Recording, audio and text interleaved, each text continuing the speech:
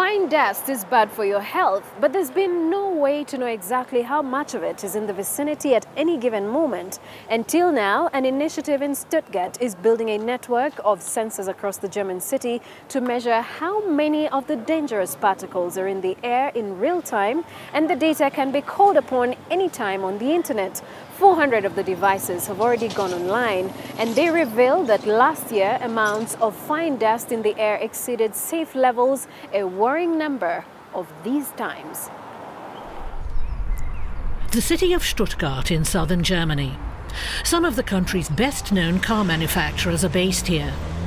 Most families have at least one car, but lots of vehicles emit lots of harmful fine dust particles. This intersection is where Reiko Tschigner lives. He'd like to drive less, but that's easier said than done. Public transport just doesn't take you where you want to go. Then you have no choice but to take the car. Because Stuttgart lies in a valley, cycling is also really exhausting. Stuttgart is the fine dust capital of Germany. The tiny particles emitted in car exhaust can damage the heart and lungs. Tschigner measures levels of the particulates around his home at a station he put together himself. The data he collects is passed on to the website luftdaten.info. There, users can check to see how high levels are in real time in their neighbourhood and throughout the city. When levels rise, Tschigner leaves his car at home. His measuring equipment came from OK Lab Stuttgart, which also provided online instructions on how to build it from scratch. It's made up of a processor and wireless chip, a USB power supply source, and 2 plastic pipes that shield it from the weather. Total cost, about €30. Just put it together and stick it in the pipe. Then the hardware is ready to go. Of course, there's still the software, but it isn't hard to get it up and running. You don't have to program anything yourself.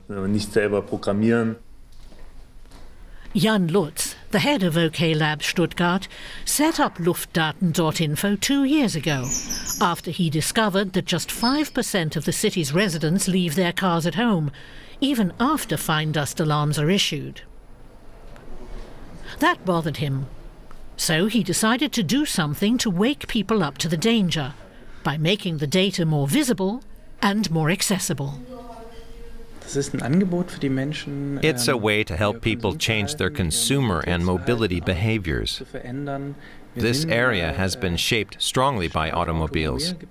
We have to do something and continue to develop our products. This should provide a little impetus for people to just stop and think, hey, what are we doing here? The Baden-Württemberg state government in Stuttgart has already announced that in 2018, on days when fine dust levels climb too high, it will ban certain types of diesel cars. Urban climatologist Ulrich Reuter is responsible for the city's official measuring stations. He's generally in favour of the self-installed fine dust sensors, though he does have a few reservations.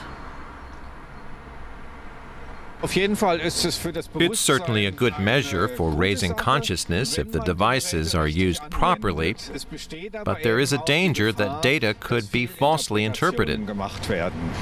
How? Well, say one person measures on the street, another in a courtyard. One says his spot is heavily polluted. The other says, here where I live, there's little pollution. But only because the two locations really can't be compared at all. The movement to set up private measuring stations isn't confined to Stuttgart. People in other regions are also using them. 400 have been set up so far.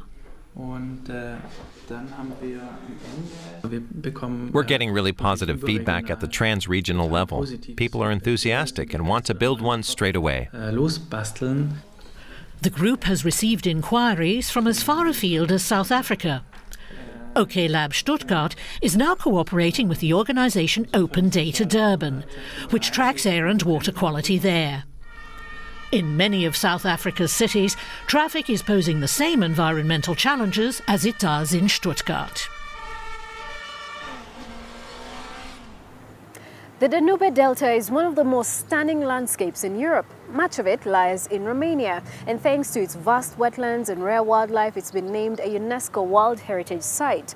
But the complex ecosystem there wasn't always so prized. During the country's communist era, much of the delta was drained for farming, and that proved to be an environmental disaster. Now, with the help of ecotourism residents and environmentalists, there is hope to strike a balance between development and conservation. Fisherman Valeriu Trofimov loves his home. He grew up in the Danube Delta in Romania. Here, the river Danube widens before emptying into the Black Sea. A network of waterways covers 5,800 square kilometers, a paradise for birds and fish. But many here are wondering how long it'll last.